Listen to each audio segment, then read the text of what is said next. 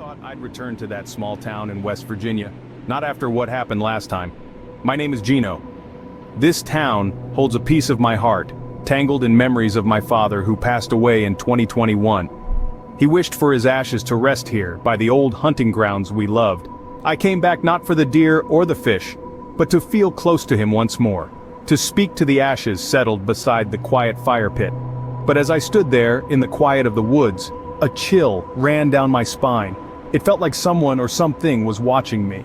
Night had fallen and the woods felt unnaturally silent as I prepared for bed. As the embers from the fireplace dwindled, a chilling sensation crept up my spine. I was alone, utterly alone, except for the unsettling feeling that I was being watched. It was a sensation foreign to my usual confidence, a vulnerability that I couldn't shake off.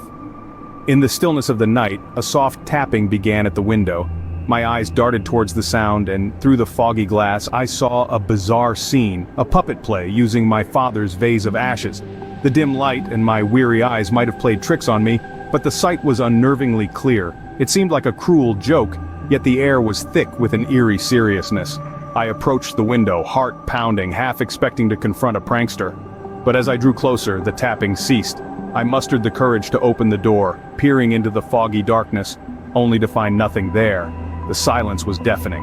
I tried to sleep, but the darkness was full of sounds and shadows.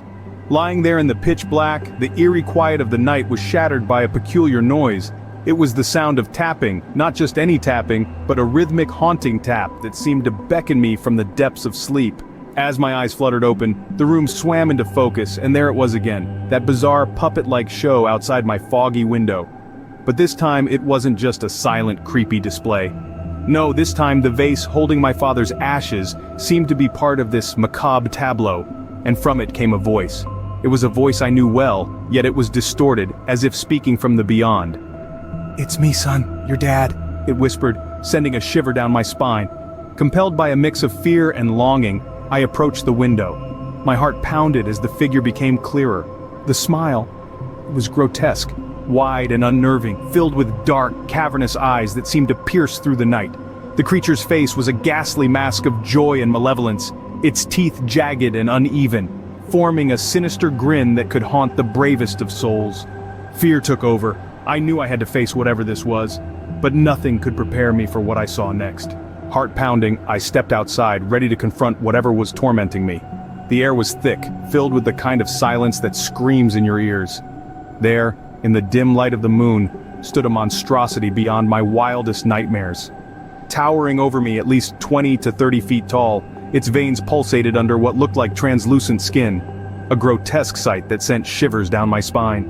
Its eyes, glowing white, fixed on me as it began to mimic my father's voice.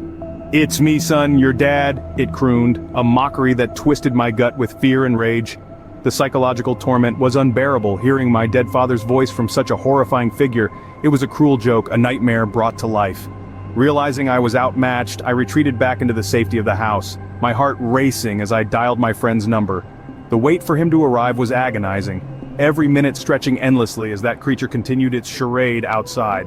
The creature lingered, a looming nightmare, until the first light of dawn when help finally arrived. We left as the sun rose, the town shrouded in mist and mystery. As we drove away, the weight of the night's horrors seemed to lift slightly, but the shadow of what I had witnessed clung to me like the morning fog. Even as we put miles between us and that eerie place, the chill of fear remained, its icy fingers wrapped around my heart. Seeking some semblance of normalcy, we stopped at a small, local restaurant. The chatter around was a mundane melody until a particular conversation caught my attention. An elderly couple at the next table spoke of encounters eerily similar to mine. Their voices trembled as they recounted tales of a monstrous figure haunting the edges of their reality, just as it had mine. The realization that I wasn't alone in my terror was cold comfort. The nightmares continued, haunting me. Each story from the couple not only mirrored my own, but also unwound a tapestry of a town cloaked in dark secrets, known only to those who had witnessed the night's true face. It's been 3 years, and still, I haven't returned to that town. The words linger in the air, like the chill of a shadow that refuses to fade. Since that night, every creak in my house, every whisper of the wind, seems to echo with the haunting memories of the creature with the ghastly smile. My life has unspooled in ways I couldn't have imagined.